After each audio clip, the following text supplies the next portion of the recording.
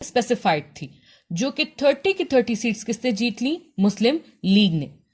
This was the biggest victory for Muslim league. अब इसके बाद after this, in the beginning of 1946 election for 11 provincial assemblies were held. अब यहाँ पर 11 assemblies के जो आप ये कह सकते हैं इलेक्शंस थे वो हेल्ड हुए, जिसमें 495 seats on the basis of separate electorate reserve थी किसके लिए? मुस्लिम्स के लिए। अब यहां पर जो मुस्लिम लीग है they got 439 seats out of 495। कितनी सीट्स? 439 सीट्स मुस्लिम लीग ने जीत ली out of 495।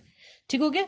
Muslim League got majority in all the provinces except का क्या मतलब है? Other than NWFP Khyber Pakhtunkhwa. Muslim League ने हर प्रोविंस में जो भी जहां पर मुसलमान मौजूद थे उन प्रोविंसेस में मुस्लिम लीग ने मेजोरिटी हासिल कर ली थी, 89% सीट्स हासिल कर ली थी, बट NWFP में दे वर नॉट सक्सेसफुल। अब जो कांग्रेस ने नॉमिनेट किए हुए थे, नॉमिनेट का मतलब है चूज करना, candidate for the Muslim seat were badly defeated. तो जो कांग्रेस ने अपने बंदे अपनी पार्टी में से जो मुस्लिम्स को सेलेक्ट किया था इन सीट्स पर लड़ने के लिए, वो बुरी तरह से हार गए। डिफीट मतलब हार जाना, ओवरकम कर लिया उनको किन्होंने? मुस्लिम लीगियों ने। अब मेजॉरिटी कॉन्स्टिट्यूएंसीज में जो security of the Congress Muslim candidate were forfeited का मतलब है सरेंडर हो जाना, यानी खत्म कर देना। अब मेजर कॉन्स्टिट्यूएंसीज में यह बात हो गई कि जो भी जो कांग्रेस के मुसलमान हैं उनकी जो आप ये कह सकते हैं एक उनका जो मर्तबा है या उनकी जो एक हाकमियत थी वो क्या हो गई? दैट वाज वो लो हो गई, वो खत्म हो गई। अब these elections were very important in the history of India. As a result, Muslim League were once a loser party in 1937 election, became a successful one. 1937 के इलेक्शन में जो मुस्लिम लीग हमारी जो पार्टी है उन्होंने इतना ज़्यादा सीट्स हासिल नहीं की थी, उन्होंने कोई भी सीट एक्चुअली में हासिल नहीं की थी, and they were a loser party. तो 1945 के इलेक्शन में they become a successful one. और कायद-ए-आज़म का जो एक क्लेम था, कायद-ए-आज़म का जो एक दावा था कि that from the last decade, जो वो एक दावा कर रहे थे, डेकेड का मतलब होता है अ पीरियड ऑफ 10 ईयर, यानी आखिरी 10 सालों से आप ये कह सकते हैं कि वो ये दावा कर रहे थे कि Muslim League the only representative party of the Muslim. तो ये बात सच साबित हो गई, क्योंकि मुस्लिम लीग ही वो पार्टी थी जो सब कॉन्टिनेंट के मुसलमानों को रिप्रेजेंट कर रही थी, मुसलमानों की यहाँ पर बता रही थी कि दैट दी ओनली पार्टी जो कि सब कॉन्टिनेंट में मुसलमानों को रिप्रेजेंट करती है। ठीक है?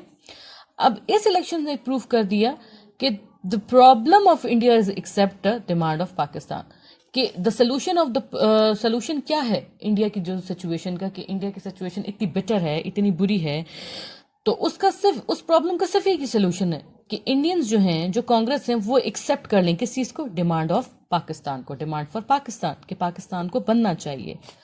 अब कॉन्सिक्वेंटली का मतलब as a result Congress leaders ने अनविलिंगली का मतलब है ना चाहते हुए भी, they accepted the demand for Pakistan and partition of India. अब यहां पर ना चाहते हुए भी कांग्रेस लीडर्स ने ये बात एक्सेप्ट कर ली कि that India should be divided and demand of Pakistan should be accepted, कि पाकिस्तान की जो डिमांड है उसको एक्सेप्ट किया जाए और इंडिया को डिवाइड किया जाए, ना चाहते हुए। अनविलिंगली का मतलब है ना चाहते हुए भी उन्होंने इस चीज को रिलक्टेंटली उन्होंने इस चीज को एक्सेप्ट कर लिया और रिप्रेजेंट किया किस चीज को? कि जो मुसलमानों का स्टेटस है, जो मुस्लिम लीग का स्टेटस है, उस चीज को उन्होंने एक्सेप्ट कर लिया कि yes there is a party, the major party for the Muslims, and that is Muslim League. Announce, declare, contested, challenge, slogan, catch phrase, Urdu में हम इसको नारा कहते हैं, स्लेवरी, गुलामी, कैप्टिविटी, स्पेसिफाइड, रिजर्व रहना या सेट आउट रखना, एक्सेप्ट, अदर देन, बजाय इसके, जिसको हम उर्दू में कहते हैं, नॉमिनेटेड, चूज, सेलेक्ट करना, डिफीटेड, हराना, ओवरकम करना, फोरफीटेड, सरेंडर, यानी किसी चीज में आप उनको तर्क कर दिया या उनके आगे हार मान जाना, decade, a period of 10 year, 10 साल के अरसे को हम डेकेड कहते हैं, अनविलिंगली, रिलक्टेंटली, ना चाहते हुए। So this was it. that how the Muslim League got success in the general election of 1945 and 46, and it was proved that the Muslim League was the only major political party who represents the Muslims of Indo-Pakistan before partition of Pakistan. Inshallah, we will meet again. Till then, Allah Hafiz.